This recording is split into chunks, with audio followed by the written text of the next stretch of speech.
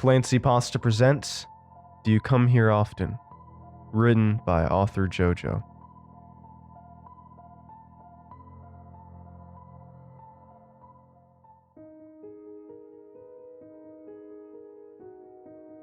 I found myself sitting there again.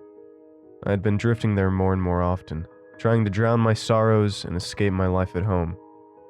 I knew it wasn't right, that I should just stand up and walk myself home. I'm never in any condition to drive when I leave, so I stopped bringing the car. It wasn't a long walk, and the fresh air felt nice. Sometimes my legs would go numb sitting there peering ahead, listening to the occasional conversations, all the other people coming and going trying to diminish their pain like I. Sometimes I would listen in, see if their woes were like mine, if they struggled to deal with someone close to their heart like I did. Listening to those voices is when I first heard her speak to me. "Hey, handsome, come here often?" Her voice first appeared over my shoulder. I could paint a picture in my head of her with just those words. Each word was a gentle velvet that dripped into my ears like wax, cooling into my brain and sticking between the grooves. I knew I shouldn't engage in conversation with her. It wasn't right. I should have ignored her and got up. Deciding to walk back to the home where I lived with my wife should have been the easiest thing I had ever done. But amidst the silence, when her voice appeared from behind me, it was hard to think of anything else. It felt like my wife had been leaving me for a while, so her voice became flat and exhausted over time. I couldn't go back home with that maple syrup vocal performance lingering over my shoulder. My mouth opened. "Far too often," I replied. Then we talked. I never bothered to turn around, and she never stepped forward to sit next to me. As long as I didn't see her, I didn't have to face what I was doing. If she just remained this smooth voice and ethereal expression, I could convince myself that it was okay. At least for a while. But I would have to go home eventually. And as the sun plummeted past the horizon and the night sky took over, I began doing so. With a heavy heart and a guilty conscience, I walked to the front door and turned the key. I always had to jiggle the key in the lock to get the thing to actually unlock. I had promised my wife I would fix it a long time ago. I guess I just never got around to it. Walking into the house, the place felt so cold, like the air stopped moving whenever I left the place and grew lonely. Walking through the dark rooms, I looked at all the books scattered on the floor that my wife promised she would pick up. I looked over at the dishes, slowly piling up. We were supposed to maintain stuff like that together. But when things started to decay, it was like we were both a ghost to each other, just lumbering through the halls without so much as a whisper. There wasn't much to say. With the thought of that woman's words in my head, I made my way to the bedroom and threw myself under the blankets. Pulling them close, I clenched my eyes. Small drops of dew pressed out from tightly closed eyelids and dripped down into the pillow where I felt the bed sink beside me. She always climbed into bed so slowly, careful not to wake me up. She would gently rest her arm around me. I hated looking at that arm. It was thin and losing the bright plush my wife once had. Her breath was hot on the back of my neck, and all I could think about was wishing it was the same woman from earlier. That my wife could be that woman. That life would be so much sweeter. By the morning, I felt her get out of bed and heard her small footsteps walking out of the room before disappearing around the corner. That is all I would hear of my wife until it was time to come back home. But for the day, I would return there, walking once again until I found my usual spot. With my hands in my lap, I would sit and wait, hoping to hear her voice again. "Come here often?" There she was, a voice that could buckle me to the floor, one that made my heart drop when I heard it. I'd sit there again, talking to her as the hours passed, as the air in my house grew stagnant in my absence. God, I wanted so badly to stand up and turn around, grab her by the hand and tell her I love her. But would it all fall apart then? Would the hope I had been holding on to ever since I heard her voice vanish when I saw her? When she became more than just a voice? I left earlier than usual, walked home a little faster. I found myself surprised that I just wanted to get back to where we lived. Turning the key, I walked through the door and raided the fridge. Opening a bottle of beer, I sat on the couch and stared at the blank TV. I hadn't drunk beer in so long, the fizz of it surprised me, and it spilled onto my shirt. She used to be in charge of the laundry, and I started to wonder if I expected too much of her, if I should have eased up on my wife just a little bit. I thought of the doorknob and how easy it is for something to fall through the cracks, but I never wanted our words to be one of those things. I miss her voice around the house, how it seemed to warm up a room when she was excited. I even miss how intimidating she could be when she was angry but passionate. Now, the house is just quiet. I can feel her presence, but it isn't her, not the her that I remember knowing. In the end, though, the way she had been recently was my fault. Finishing the beer, I stood and decided it was time for bed. Once again nestled into the covers, I felt my wife's arm slide over my waist and rest its hand on my stomach. Her fingers started to curl, and her sick and chipped nails started digging into my skin. I didn't want to make a big deal of it. I wondered if she knew where I was going every day.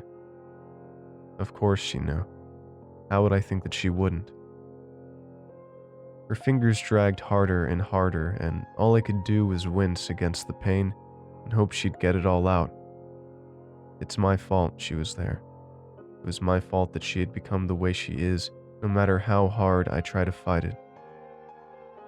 I knew tomorrow had to be the last time I went there to talk with her. What I was doing just wasn't right. So, the morning came, and I showered. Cut my hair and trimmed my beard. I made sure to put on the nicest suit I had. Tears stung my eyes when I realized the nicest suit I had was the one I wore when I got married. It seemed fitting though, so I pulled the sleeves over my hands and made sure everything looked as best as it could. Standing in the hall, I could feel my wife's gaze. I stood there soaking in the ire and loss that washed over us. I should have said I was sorry for everything that we went through, that I wasn't the man I wanted to be, and I couldn't, no matter how hard I tried, take the pain away.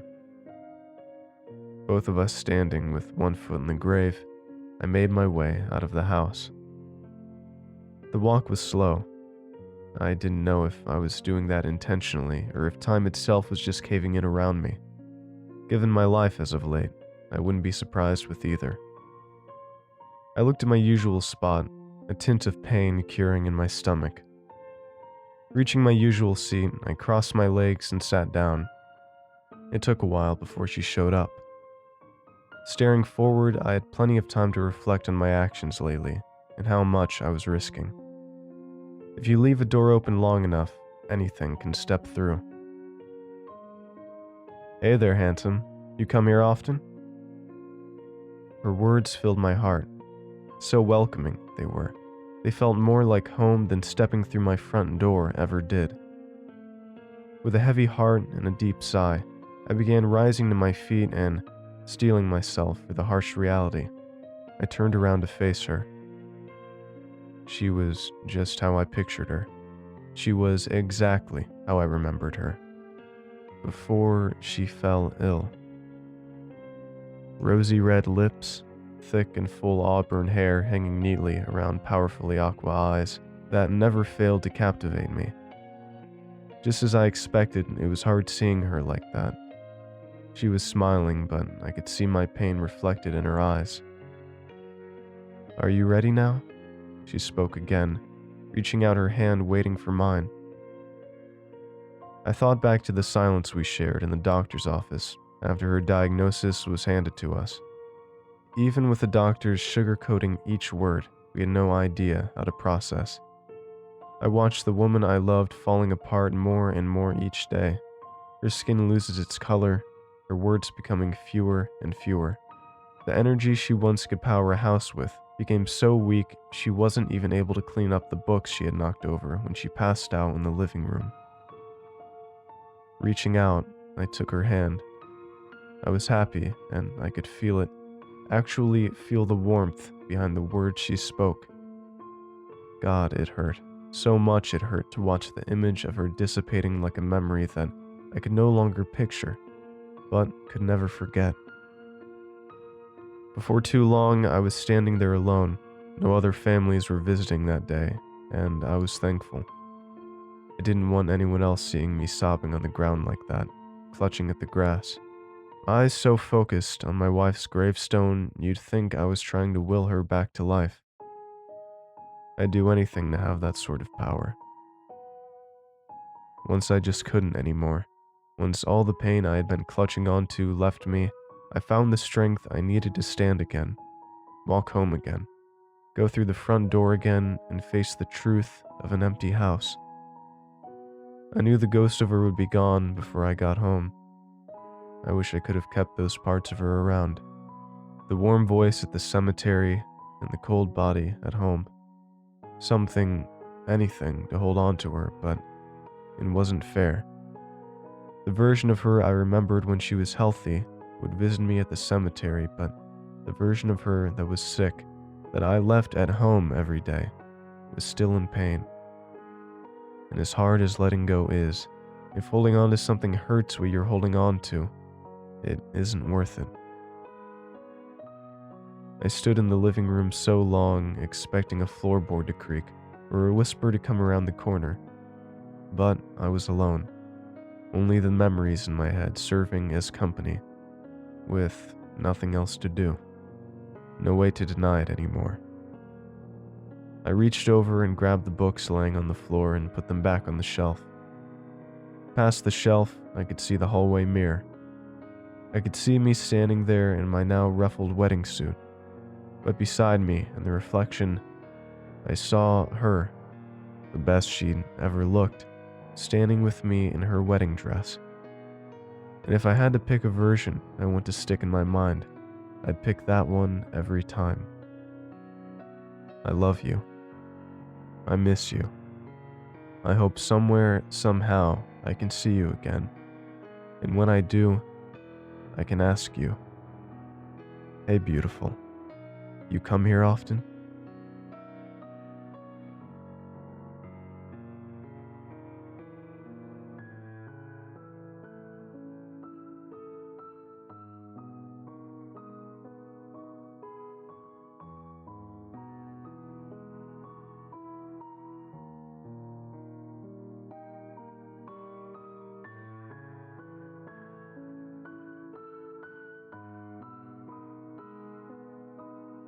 Thanks for watching, and I hope you enjoyed today's video.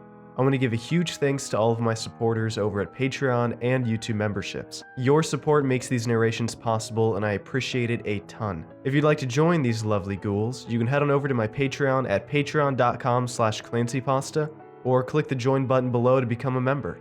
And if you'd like creepy cool shirts, make sure to head on over and check out my official merch store for some awesome tees, hoodies, stickers, and more. Alright. Thank you all for watching, and I hope you have a great night. Cheers.